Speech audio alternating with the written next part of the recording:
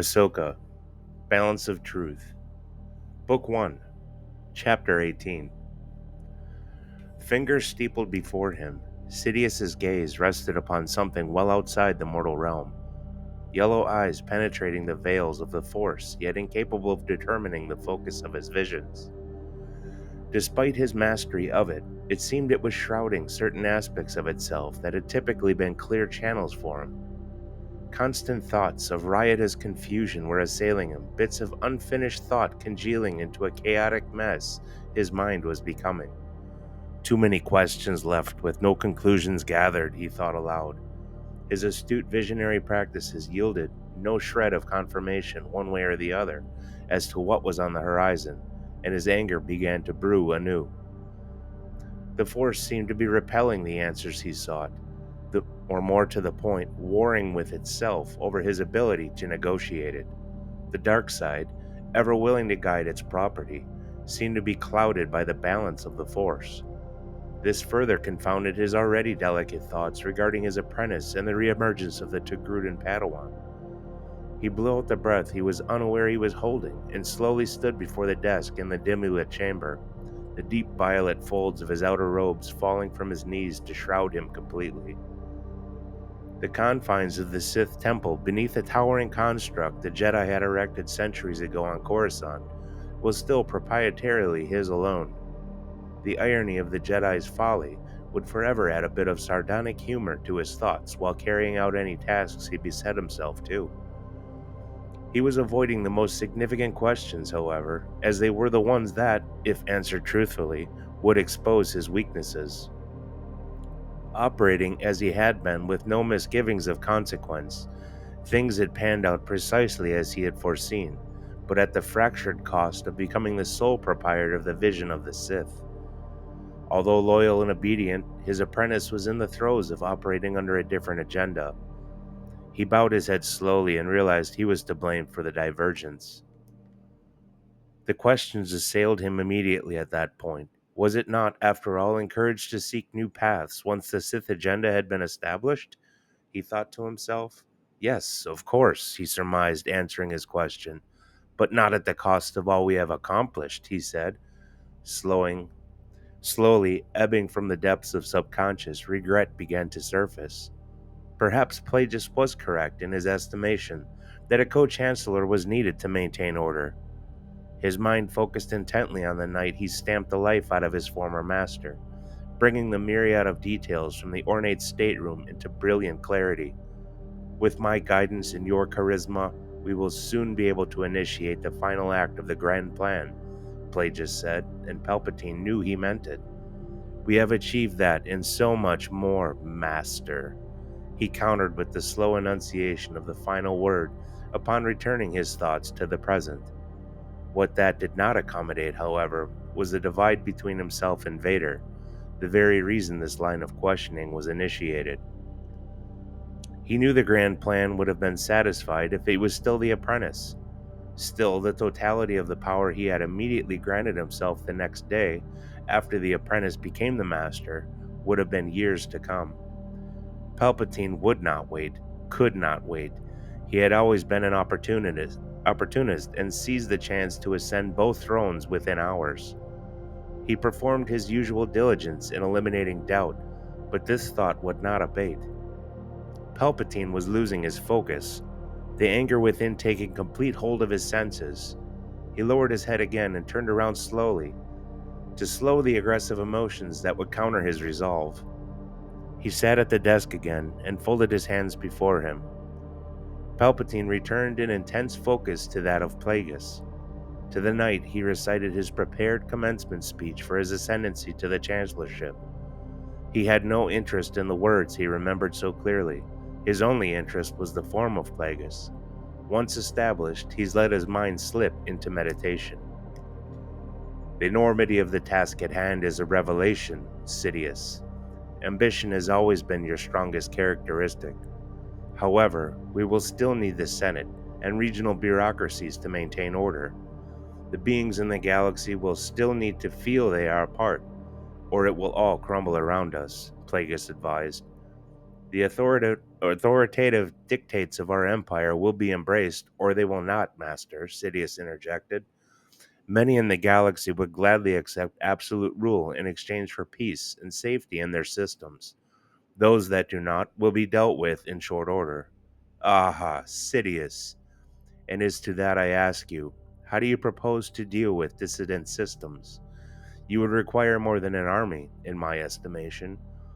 The corners of Sidious's lips curled upward in a toothless smile. Already being planned, Master.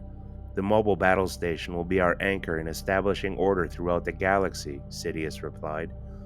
So I ask you then, will a mobile battle station guarantee that insurrections across the whole of the galaxy will be abated before any form of rebellion can commence?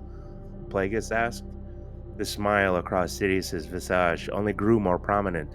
In fact, no.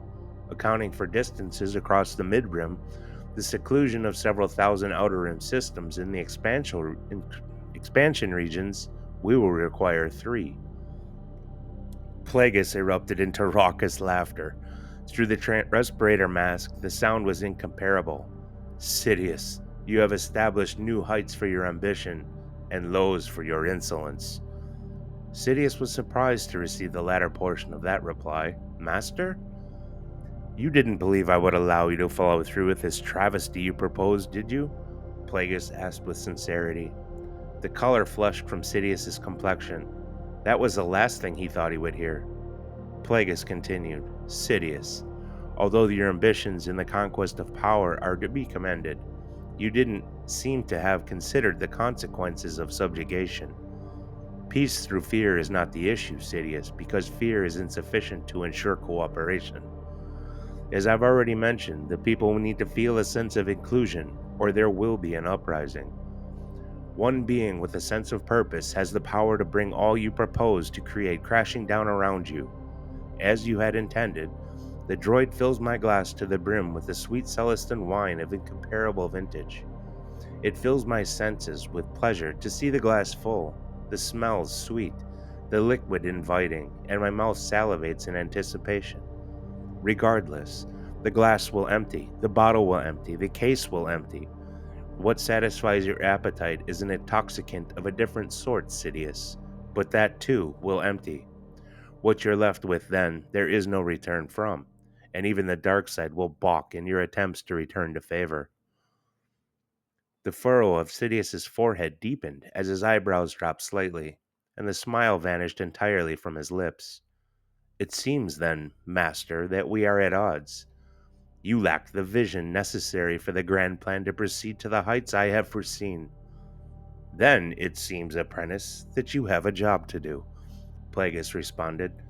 Sidious snapped his right wrist, exposing his lightsaber as it slid into the palm of his hand. Without hesitation, he twisted his body to the right and spun, decapitating the Mune in one swift stroke. Done, he said to himself. Assured his actions would have the same results in either scenario, Palpatine scoffed at the echo reverberating in his head. The old Mune was short-sighted and aligned too closely with anonymity, something Sheev Palpatine had spent his entire life avoiding. His mind would not disconnect from its meditative state, despite his willingness to do so, instilling a sudden sense of dread, however fleeting. He understood within seconds that the dark side was not done with him. He was still standing in the stateroom of Higo Damask, although he was now the only occupant in the room. He looked down to see himself in the same garb he had adorned the night he took his master's life, but at once snapped his head up to see the remainder of the room disappearing into a mass of swirling black and deep violet smoke. Mist? He could not be sure, but it quickly became a moot point when a form took shape before him. A hooded figure stood before him, accumulating the black and violet vapor under the helm of its floor-length robe. Ah, it announced as the last vapors were pulled into the form. The voice was stoically deep and resounding in the room. The figure removed its hands from the folds of the robe's drab olive skin, slack over rail-thin, bony fingers, rode up to the hood and pushed it back slowly, revealing a similarly complected face and bald head. Black spiked tattoos stemming from mid-cheek to forehead bisected empty eye sockets vertically over his bony features. His lips pulled tight to appear non existent. They began to move before any sound was made. Do you know who I am, Darth Sidious? The voice was again inhuman. Its depth felt in Sidious's chest and echoed in his mind. Sidious, of course, knew, but was internally struggling with why this vision was before him. Bane? Darth Bane, he all but stammered. Very astute of you.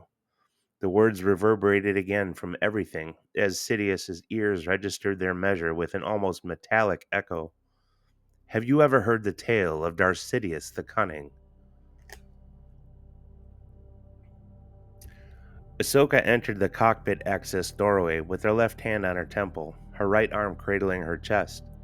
Her mind was intergalactic, however. She was as far away from her body as possible, reeling from the eventful meditation. Actions that should not have been possible now were, with no explanations. Ahsoka?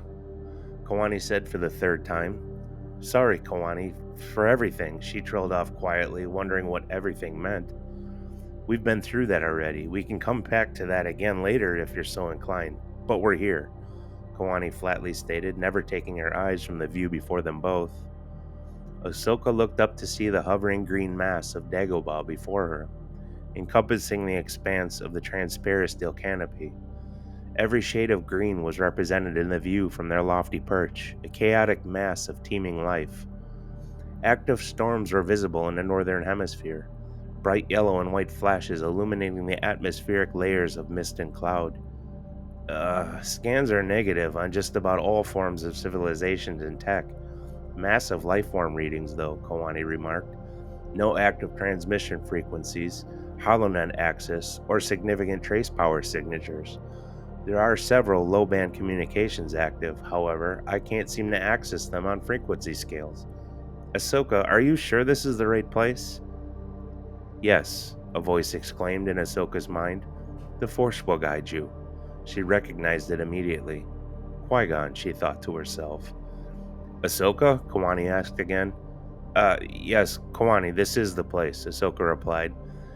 She was closing her eyes. Call me, Ani. You've earned that right, Kawani said, slowly turning toward Ahsoka. Ahsoka, her mind already ostensibly distracted, was taken aback at Kawani's statement. Her past came rushing into the forefront with a deluge of emotion. The last time she had heard that name, albeit with a differing inflection and pronunciation, Padme had been conversing with Anakin. She repressed the thought and associated emotion for fear of losing control of what little faculty she had remaining. Bringing her focus into the here and now, she envisioned their path and began giving Kawani corresponding directions and flight commands. Southern Hemisphere, 1500 clicks northwest of the Pole region.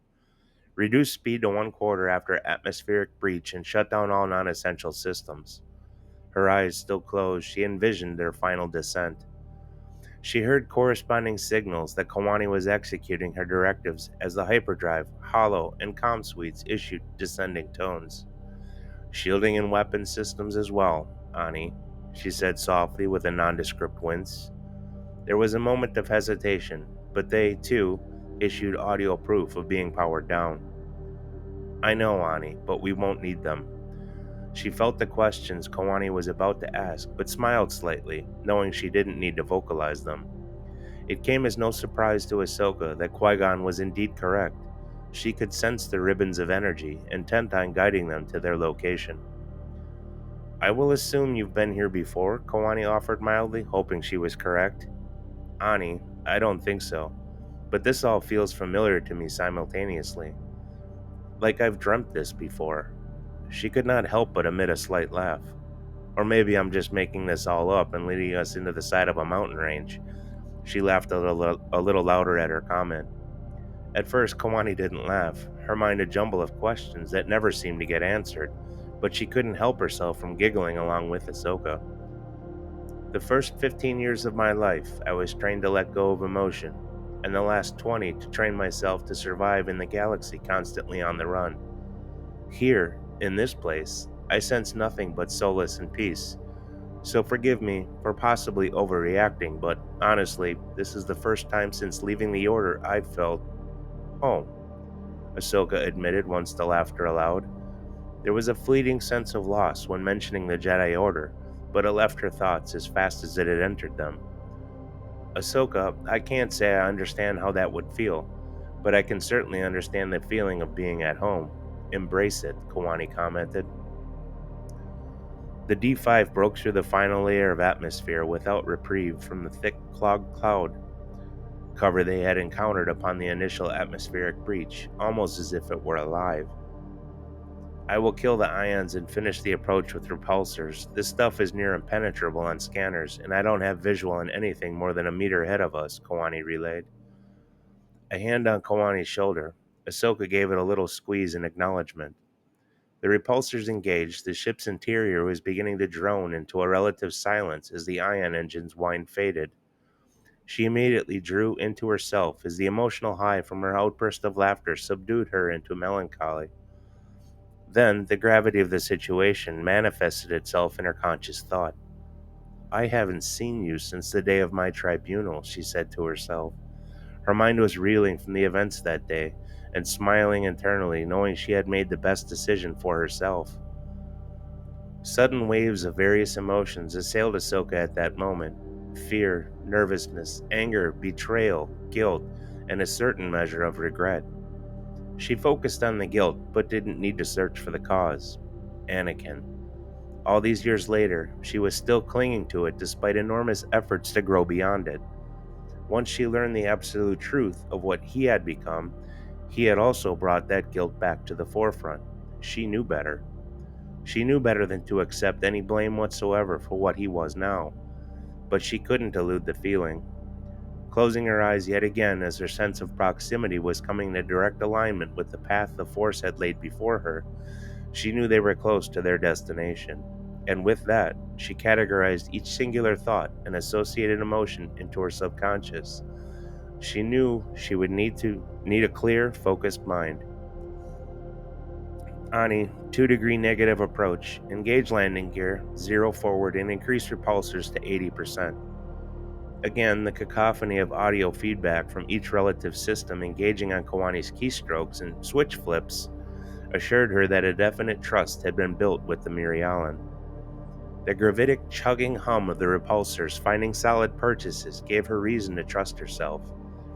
Within a few short moments, they finally broke through the thick mass of swirling vapors to a broad canopy view of the densest swamp they had ever seen. Momentum carrying them to a clearing Ahsoka wasn't positive was large enough to accommodate the Mirai. Her eyes snapped from wide-open shock to narrowed in calculating in a flash. Low mist hovering over stagnant water was being expelled in every direction as the repulsors maintained the vessel's altitude, the water stirring in eddies, exposing solid ground just under its surface. Massive, vine-choked trees blocked any view beyond the small clearing they were quickly approaching. Kawani took note of the proximity screen that was flashing a pale yellow, but Ahsoka was already prepared for the question she was forming on her tongue. Will fit, Ahsoka said with a thin smile. As a pilot, she knew the question would have been highly valid, but she felt a genuine bond with Kawani, knowing she had already answered what she wasn't even asked. As the ship came to a full forward stop, Kawani toggled the repulsor yoke to enact a full 180-degree swing to decant the exit ramp toward the tree line and gracefully lurch the craft down. Honey, we're home, Kawani remarked and began running through cycles to power down the remainder of the ship's systems, leaving primary systems on standby. Ahsoka was already reaching the ship's rear as Kawani spun and finally exited the pilot's seat.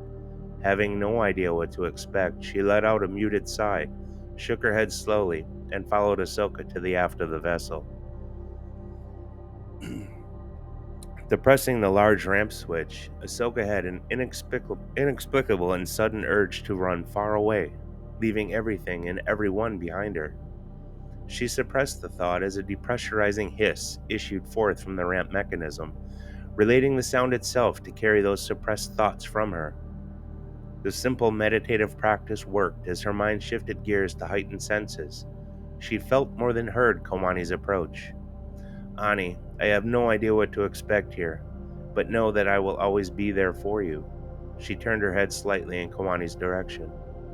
I know you can sense it. This place is very strong in the Force. She herself was taken aback immediately by its strength. Kawani placed her hand on Ahsoka's shoulder as the ramp extended with a slushy thud. And know that I will be here for you too, Kawani returned the sentiment. Their mutual sentiment then remained steadfast without the need for further words. The heat and humidity hit them well before they took their first steps down the ramp, both thinking of Nar Shaddaa at once. Kawani let a slight giggle erupt, and Ahsoka couldn't hold one back either. At least it doesn't smell like Nar Shaddaa. Thank heavens for that, Ahsoka replied, as their footfalls brought them to the end of the ramp. Her tone reflected the more curious side of observation. This smells more like life. Settling on the only word she can think of to describe it, decay and new growth, the cycle. Turning her head to the right, she saw the water returning to settle over the repulsor exposed bed of muddy ground. And the water, although brackish, doesn't smell stagnant. It all just smells alive, she finished. I don't think I could have phrased that any better, Kawani returned, completing her scan of their immediate surroundings. An eerie silence hung in the thickly humid air, one they were both sure was born from the disturbances of their craft. Lofty wing beats could be heard, assuring them that the silence would only be temporary, as their arrival would soon be a footnote to the flora and fauna of the area. These remind me of the Rocher on Kashyyyk, although quite different, Ahsoka said, pointing at one of the massive trees interwoven into the organic barrier before them. It also reminds me of Waska, she finished with a slight shudder. The Trandoshan moon? I'm sure there is a story there, Kawani both asked and stated.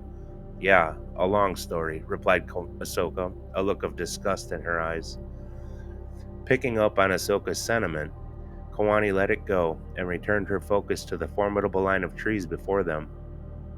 Any thoughts on our next move? Not hearing a reply, she turned to face her. Ahsoka's eyes were narrowing, and her head was pivoting from peripheral point to point. This woman has seen things I could only imagine, she thought, knowing full well that Ahsoka was employing a strategy to assess any danger that might be present and answer her question with logic. I don't sense anything out of the ordinary, although there are dangers surrounding us, more in the form of large and small predators. It will only be as dangerous as we are if you follow, Ahsoka stated, breaking the silence, her eyes relaxing from the calculating gaze. Kawani, never looking away, watched as Ahsoka closed her eyes and physically slowed her breathing. A moment later, her cheeks puffed out somewhat, and the biggest smile formed on her face. Home, she almost whispered as she slowly opened her eyes. I feel it too, Kawani admitted. A calming warmth spread through her, likening to her mother's warm embrace. She was poised to say as much, but rescinded the thought, knowing the path of a Jedi started with removing one from that embrace. Welcome, Kawani Amat. The word surprised her, and she quickly turned her head in all directions in a vain attempt to find their source.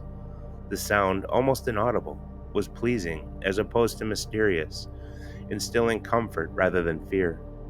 She felt Ahsoka's hand on her shoulder again, affirming in her mind that yes, she had heard it too. Kawani could not tell if the voice was directly audible or simply something she was hearing. That being her only concern at the moment was something she had never experienced before. This happens to you a lot, doesn't it? Every damn day, Ahsoka almost laughed at the words. Let me know when you start losing arguments with your subconscious over hypothetical nonsense, because then we can both check ourselves into the med center at Obra Sky. Kawani could not help but join in the laughter as well. Good to know, she added playfully. Follow the lights, they will be your guide.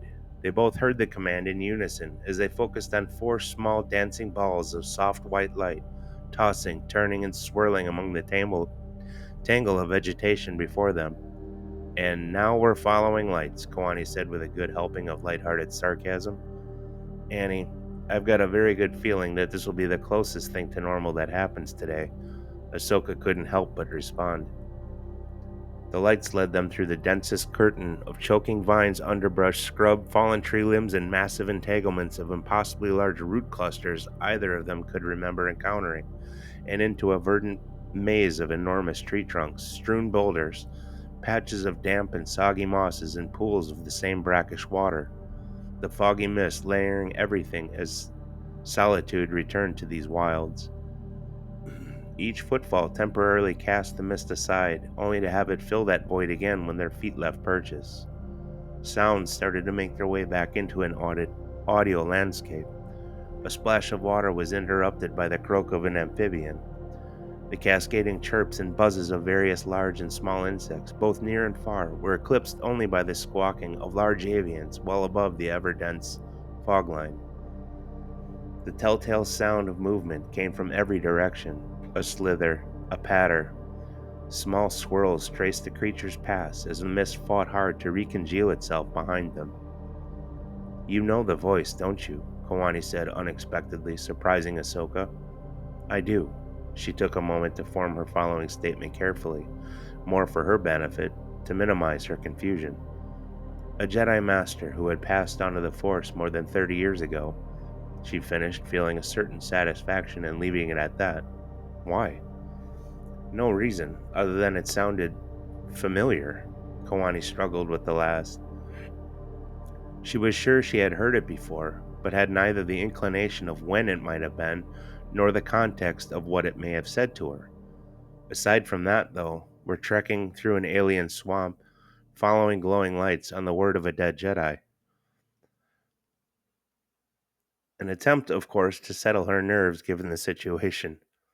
"I've seen you hold your own in a duel with a, lack for a better term, possessed bounty hunter, fight your way into and out of trouble with Imperial troopers, head into skirmishes with naval cruisers on top of the life you had been living even before I came into the picture. This situation can't possibly be that high in your personal threat meter," Ahsoka remarked incredulously. "Don't forget the Weequay on Tatooine or the S9 escape from Nar Shaddaa," Kawani returned with levity. They had covered a kilometer of ground with only slight changes to their surroundings. The trees had seemed to get bigger, the vegetation thicker, and the inhabitants around them audibly louder. "Ani, what does your heart tell you?" Ahsoka asked, changing tactics. "That I am home. It's what my mind keeps telling me that frightens me," Kawani responded truthfully. Ahsoka stopped abruptly and turned to face her. "Acknowledge the fear. Give it a form so you can visualize it, then let it go. Tap your mind simply for its wisdom, but decide with your heart." She took Kawani's right hand into her own.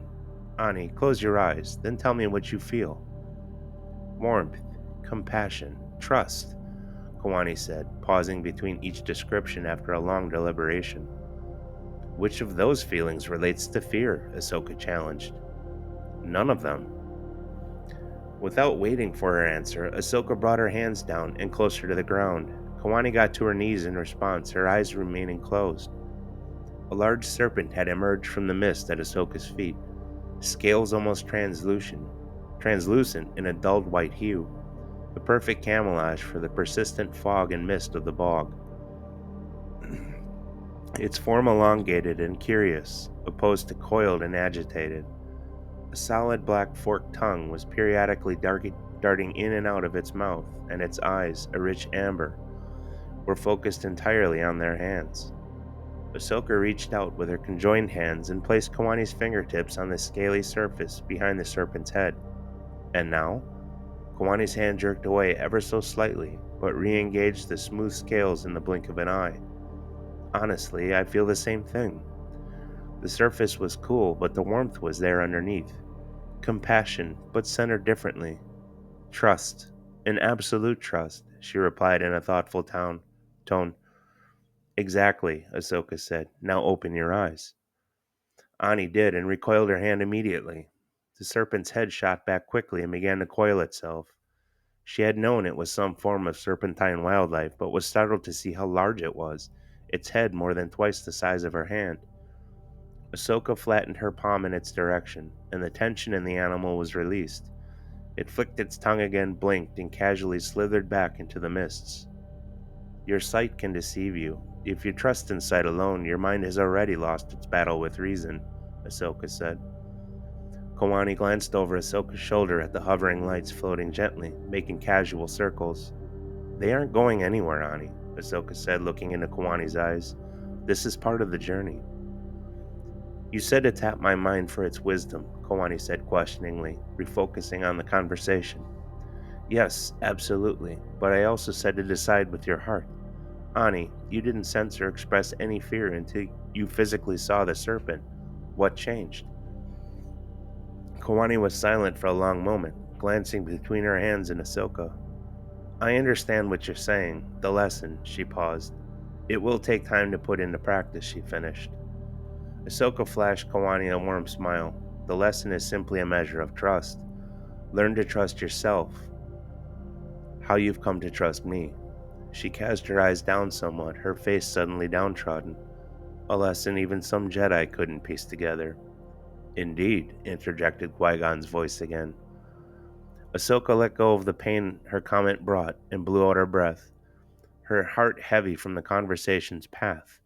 She slowly turned around and began to follow the lights again, Kawani in step right behind her.